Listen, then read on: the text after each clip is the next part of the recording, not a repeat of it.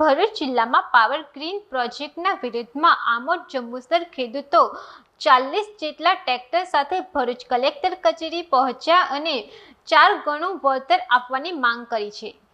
ભરૂચ જિલ્લામાં power grid પ્રોજેક્ટના વિરોધમાં આમોદ અને જંબુસર તાલુકાના ખેડૂતો દ્વારા ભવ્ય ટ્રેક્ટર રેલી યોજવામાં આવી હતી।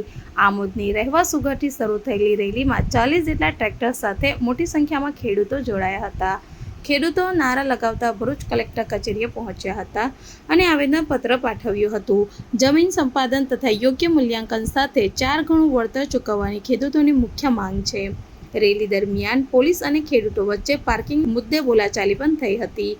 કાયદો અને વ્યવસ્થા જળવાઈ રહે તે માટે પોલીસનો ચુસ્ત બંદોબસ્ત ગોઠવાયો હતો।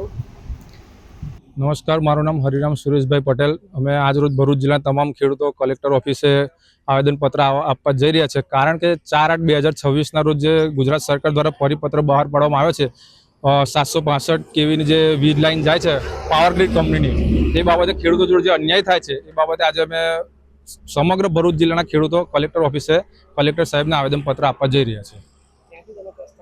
અમે દરેક તાલુકાના ખેડૂતો, અમે આમોદ તાલુકાના જંબુસર તાલુકાના ખેડૂતો ભેગા થઈને દયાદરા પહોંચીશું। દયાદરાથી સમગ્ર ભરૂચ તાલુકો, આમોદ, જંબુસર, વાગરા એક સાથે લાઇનમાં ભરૂચ કલેક્ટર ઓફિસે પહોંચશે। હું જંબુસર તાલુકો અંકી રહેવાસી છું। મારું નામ કૌશિકભાઈ અંબાલાલ પટેલ છે અને અમે અમારા એના અંદર રેલી ટ્રેક્ટરોની રેલીને અમે ભરૂચ જઈએ છીએ આવેદન આપવા માટે। મારું નામ મનીષ અયુબભાઈ ડભોયા છે। હું આમોદનો રહેવાસી છું।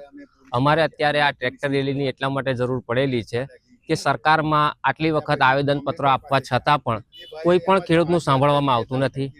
અને બીજી વસ્તુ કે ખાતર નથી મળતું, પાણી ખેતરોની અંદર ભરાઈ જાય છે, કેનાલોની અંદર પાણી નથી આવતું, શિયાળો હોય કે ઉનાળો હોય, એટલે આ બાજુ કંઈ 3 પાક ભરૂચ જિલ્લાની અંદર લેવામાં આવતા નથી।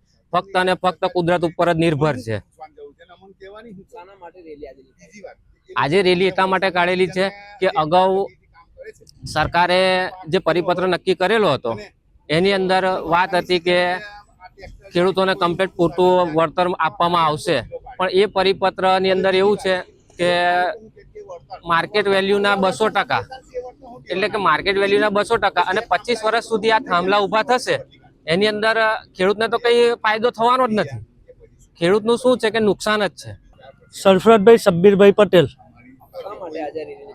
આજે આ રેલી જે છે સાહેબ, એ અમારા ખેતરોમાં ટાવર આવ્યો છે, અમારી માંગ મુજબ અમને પેમેન્ટ મળતું નથી। બીજા અમારી જોડે અન્યાય થાય છે, કેનાલોમાં પાણી નથી આવતું અમારું। સરકારી પરિપત્ર પ્રમાણે કોઈક જ કામ થતું નથી સાહેબ અમારી સાથે। વિડીયો જર્નલિસ્ટ મોહમ્મદ ખત્રી સાથે સત્ય ટીવી ન્યૂઝ આમોદ।